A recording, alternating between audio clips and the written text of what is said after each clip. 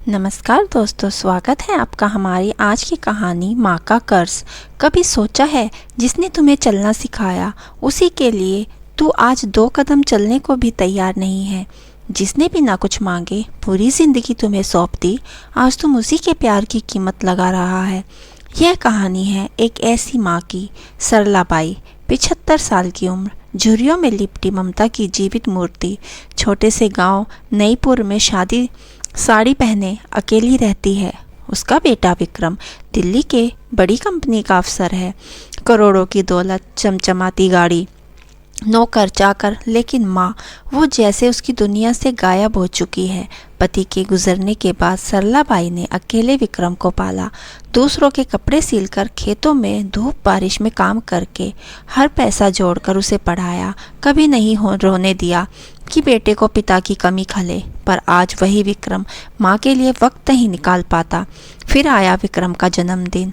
माँ सुबह से फ़ोन थामे बैठी रही, आंखें दरवाजे पर। शायद बेटा खुद कॉल करेगा, शायद आज याद करेगा, पर फ़ोन नहीं आया। तब कांपते हाथों से माँ ने खुद कॉल लगाया और यहीं से शुरू होती है एक बेटे की सबसे बड़ी परीक्षा। माँ की ममता के सामने बेटे का घमंड और 3 ऐसे काम जो विक्रम को सिखा देंगे कि माँ का कर्ज चुकाया नहीं जाता, सिर्फ निभाया जाता है। आगे की कहानी अब शुरू होती है। विक्रम उस वक्त दोस्तों के साथ क्लब में पार्टी कर रहा था। फ़ोन बजा, लेकिन उसने देखा और नज़रअंदाज कर दिया। माँ फिर कॉल करती रही, फिर लेकिन कोई जवाब नहीं। जब रात के सन्नाटे में वह क्लब से लौटा, आंखें भरी थी शराब और थकान से। तभी फिर फ़ोन बजा। गुस्से में भरकर उसने उठाया और कहा, माँ, बार बार फ़ोन क्यों कर रही हो? रात हो गई है, थका हूँ, सोने दो ना। मुझे सुबह नहीं कॉल कर सकती थी। माँ की आवाज़ कांपती, लेकिन उसने ममता की मिठास बरकरार थी। बेटा, आज तेरा जन्मदिन है, तुझे दुआ देने का मन किया, इसलिए कॉल किया। बहुत दिन हो गए तुम्हें देखे हुए, बस एक बार आजा, मैं तुझे देखना चाहती हूँ। विक्रम ने जैसे ज़बरदस्ती कर दी। ठीक है माँ, कल आता हूँ। बस इतना सुना था कि सरला बाई के चेहरे पर उजाला लौट आया। पूरी रात खिड़की के पास बैठकर वो इंतज़ार करती रही। सुबह बेटा आएगा, यही सोचती रही। अगले दिन विक्रम जैसे ही गांव पहुंचा, माँ उसे देखकर लिपट गई। बेटा, तू आ गया, कितने दिनों बाद तुझे देखा है। लेकिन विक्रम का चेहरा ठंडा था। वो माँ की ममता नहीं, अपने महंगे कपड़े और स्टेटस की धूल झाड़ रहा था। माँ ने जब उसे छूकर आशीर्वाद देना चाहा तो वह बोला, माँ, तू हमेशा कहती थी माँ का कर्ज कोई नहीं चुका सकता, लेकिन मैं तेरा कर्ज चुकाऊंगा। बता क्या चाहिए तुझे? बंगला, गाड़ी, पैसा सब दूंगा। सरला बाई मुस्कुराते धीरे से बोली, बेटा, तेरा प्यार चाहिए, वो एहसास चाहिए जो तू भूल गया। लेकिन अगर तुझे सच में मेरा कर्ज चुकाना है तो 3 काम करने होंगे, तब मानूंगी कि तूने कर्ज चुकाया। विक्रम ने झट से कहा, ठीक है माँ, मैं हर काम करूँगा, बस तू खुश रह। और यहीं से शुरू होती है विक्रम की सबसे बड़ी परीक्षा, एक बेटे का इम्तिहान। माँ की ममता के सामने बेटे का घमंड का सफ़र। सरला बाई ने बेटे विक्रम की ओर देखकर कहा, पहला काम यह है बेटा, तुझे एक 5 किलो का पत्थर लेना होगा। उसे एक कपड़े में लपेटकर अपने पेट से कसकर बांधना होगा, बिल्कुल वैसे जैसे कोई माँ अपने गर्भ में बच्चा रखती है। और उसे 24 घंटे तक ऐसे ही बांधे रखना होगा, बिना उतारे, बिना रोए, बिना रुके।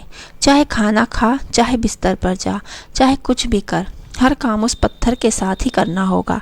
तभी तुझे एहसास होगा कि एक माँ क्या महसूस करती है। विक्रम थोड़ी देर तक माँ को घूरता रहा, फिर कहता है, अरे माँ, बस इतनी सी ही, यह तो बहुत आसान है। माँ हल्की मुस्कान के साथ चुप हो गई, जैसे जानती हो कि असली समझ तभी आएगी जब बेटा खुद उस बोझ को महसूस करेगा। विक्रम ने वही किया। एक बड़ा सा पत्थर उठाया, कपड़े में लपेटा और माँ के सामने अपने पेट के कसकर बांध लिया। शुरू के 1 आध घंटे तो उसे कुछ खास फर्क नहीं पड़ा। वो इधर उधर टहलता रहा, फ़ोन चलाता रहा और सोचता रहा कि माँ ने इतनी सी बात को कर्ज क्यों बना दिया। लेकिन जैसे जैसे वक्त बीता उसके शरीर में बेचैनी शुरू हो गई। 3 घंटे, फिर 4 घंटे उसका पेट दर्द करने लगा, कमर अकड़ने लगी। हर बार झुकते समय वो कराहने लगता है। माँ चुपचाप रसोई में सब्जी काट रही थी, लेकिन उसका ध्यान पूरी तरह बेटे पर था। विक्रम ने कहा, माँ यह तो बहुत अजीब हो रहा है। बैठना मुश्किल, लेटना मुश्किल, चलना फिरना भी बोझ लग रहा है। माँ बोली, तूने तो अभी सिर्फ 1-2 पहर बिताई है विक्रम, और भी नकली बोझ के साथ, और मैंने तुझे पूरे 9 महीने अपने अंदर संभाला। फिर भी खेतों में काम किया, चूल्हे पर खाना बनाया। तेरा बाप जब चला गया तब भी तुझे सीने से लगाए रखा, एक भी शिकायत नहीं की। विक्रम की आंखें थोड़ा नम हुई, लेकिन उसने अपनी जुबिस को छुपा लिया। फिर शाम हुई, रात हुई, और जब आधी रात तक वह पत्थर उसके पेट पर बंधा रहा तो आखिरकार वो झुंझला गया। माँ अब और नहीं हो रहा मुझसे, यह पत्थर बहुत भारी हो गया है, मैं इसे उतार रहा हूँ। और जैसे ही उसने वह कपड़ा खोला, माँ ने धीरे से कहा, पहली परीक्षा में तू फेल हो गया बेटा। विक्रम चौंक गया।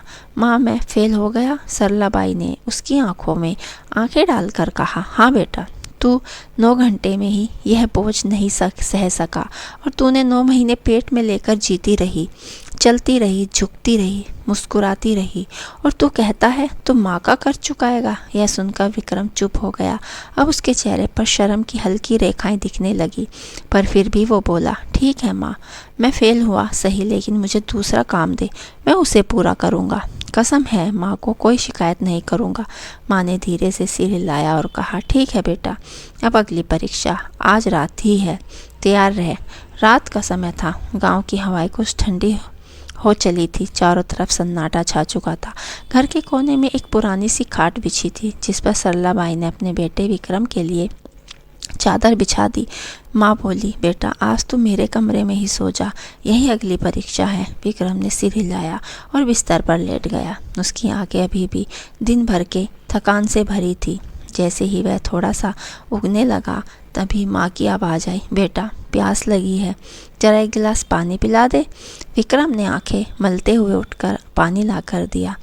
माँ ने गिलास लिया, 2 घूंट पिया, और फिर जैसे ही हाथ काम हो गया, उसने बाकी पानी विक्रम के बिस्तर पर गिरा दिया। विक्रम चौंका, माँ क्या कर रही हो? जहाँ मैं सो रहा हूँ वहीं पानी गिरा दिया।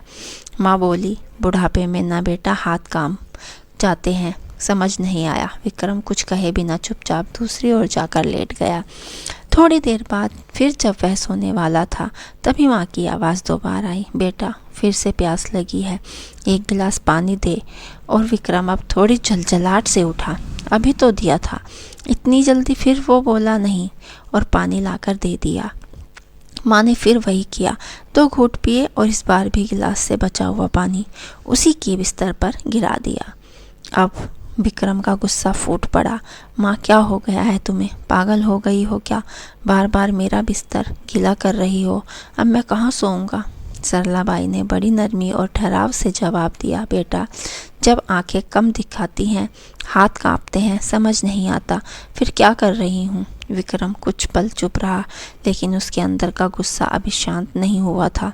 जैसे ही उसने फिर लेटना चाहा, माँ की आवाज़ तीसरी बार गूंजी, बेटा एक गिलास और पानी पिला देना, प्यास फिर लगी है। अब विक्रम उफन पड़ा, माँ अब बस करो, मैं अपने कमरे में जा रहा हूँ, भाड़ में जाए है परीक्षा। इतना कहकर जैसे ही वह उठने लगा, माँ ने कांपते हाथों से उसे पकड़ा और एक थप्पड़ जड़ दिया। विक्रम स्तंभ रह गया। सरलाबाई की आंखों में आंसू बह रहे थे, लेकिन उसकी आवाज़ बेहद स्थिर थी। जब तू छोटा था ना, तब तू हर रात बिस्तर गीला कर देता था बार बार, और मैं कुछ कहे तुझे सूखी जगह पर सुला देती और खुद गीले बिस्तर पर सो जाती थी, उस बदबू, उस गंदगी में, सिर्फ इसलिए कि तुझे तकलीफ ना हो। तू रोता था तो मैं बिना झुलझलाए हर बार उठती और हर बार तुझे गोद में उठाकर थपकी देती। कभी तुम पर गुस्सा नहीं किया, और आज मैंने 2 बार क्या पानी मांगा तो मुझ पर चिल्ला पड़ा। मुझे नींद खराब हो गई, इसलिए तुम मुझे अपमानित करने लगा। बेटा जब तुम माँ का कर्ज चुकाने की बात करता है तो सिर्फ एक गिलास पानी से भी परीक्षा लेनी पड़ती है, और तू आज भी फेल हो गया। विक्रम की आंखें झुक गई, अब उसकी जुबान बंद थी, चेहरा शर्म से झुक गया और बस इतना कह पाया, माँ मुझे माफ़ कर दो, मुझे अगला काम दे दो, मैं वादा करता हूँ कि अब पूरी ईमानदारी से काम करूँगा। माँ ने एक गहरी सांस ली और कहा, ठीक है बेटा, सुबह होने दे, फिर मैं तुझे आखिर काम दूंगी और अगर तुझे सफल हो गया तभी तेरा प्रयास सच्चा माना जाएगा। सुबह की पहली किरण खिड़की से भीतर आई और सरलाबाई पहले से ही जागी हुई थी। चेहरे पर शांति थी, लेकिन आंखों में रात भर जागे बेटे के लिए कुछ शिकवा नहीं था।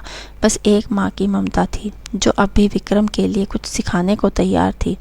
बेटा सामने खड़ा था, नींद से बोझिल, लेकिन आज उसकी आंखों झुक और कुछ था, घमंड नहीं बल्कि समझदारी की हल्की सी परछाई।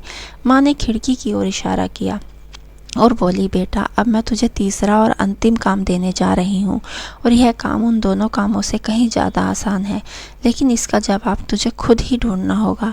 उसी वक्त खिड़की पर एक छोटा सा कबूतर आकर बैठ गया। माँ ने मुस्कुरा कर पूछा, बेटा यह क्या है? विक्रम बोला, माँ यह कबूतर है। माँ फिर से बोली, यह क्या है? विक्रम थोड़ा चौंका, लेकिन फिर भी बोला, माँ बताया ना, कबूतर है। माँ ने तीसरी बार वही सवाल दोहराया, बेटा यह क्या है? विक्रम का माथा तपने लगा। उसने आवाज़ ऊंची करते हुए कहा, माँ तुम ठीक हो? 3 बार पूछ रही हो, कबूतर है कबूतर है, बार बार एक ही सवाल क्यों? सरलाबाई ने पहली गहरी सांस ली और बोली, बेटा जब तू 3 साल का था इसी तरह मेरी गोद में बैठा था और खिड़की पर एक कबूतर बैठा। तूने मुझसे पूछा, माँ यह क्या है? मैंने कहा, बेटा यह कबूतर है। फिर तूने दोबारा पूछा, फिर तीसरी बार, फिर चौथी बार, और उस दिन तूने यही सवाल मुझसे 24 बार पूछा था। 24 बार, और मैंने हर बार तुझे प्यार से जवाब दिया, तुझे गले लगाया और तुझे चूमा, कभी नहीं झुझलाई।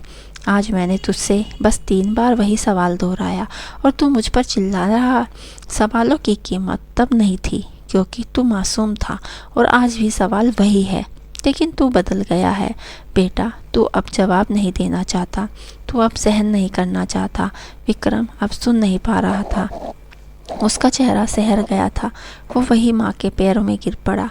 माँ ने, मैं बहुत गलत था, मैंने तुम्हें कभी नहीं समझा। मुझे लगा कि पैसा दे दूंगा, बंगला दे दूंगा और तुम्हारा कर्ज उतर जाएगा, लेकिन अब समझ में आया माँ का कर्ज कभी नहीं चुकाया जा सकता, सिर्फ निभाया जा सकता है। माँ ने उसके सिर पर हाथ फेरते हुए कहा, बेटा जब तूने माँ कहा ना, उसी दिन से तेरा हर कदम मेरा कर्ज बन गया। तुझे चलना सिखाया, बोलना सिखाया, गिरते हुए तुझे उठाया, बुखार में रात भर तेरा माथा सहलाया, और तू कहता है कि तू कर्ज चुका देगा। बेटा इस धरती पर कोई बेटा माँ का कर्ज नहीं चुका सकता, बस कोशिश कर सकता है, उसे कभी दुख न दे, यही बहुत है। विक्रम की आंखों से आंसू भर आए थे और उसी पल उसका घमंड, उसका अहंकार, उसका स्टेटस, सब कुछ जैसे बह गया।